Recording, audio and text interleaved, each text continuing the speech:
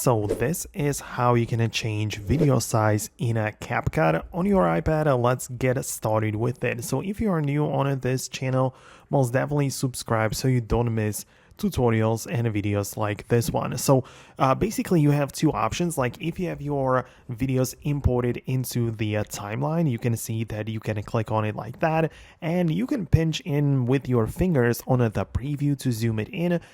And technically you can like resize the image this way, right? So you can do some stuff like that.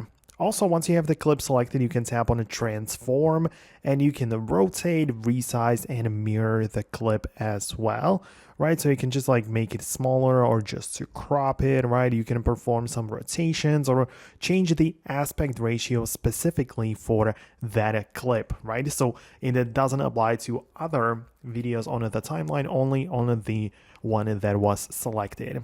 So that is for like the specific clip, but if you want to change the aspect ratio of your entire project, make sure you don't have anything selected at the bottom, and you'll be able to find the aspect ratio at the bottom of the page. So it's going to be like a square icon with a bunch of stuff going on. So you can tap on it and change it to like vertical video or horizontal or even a square, depends on what you need for your project, but that's how you can do this.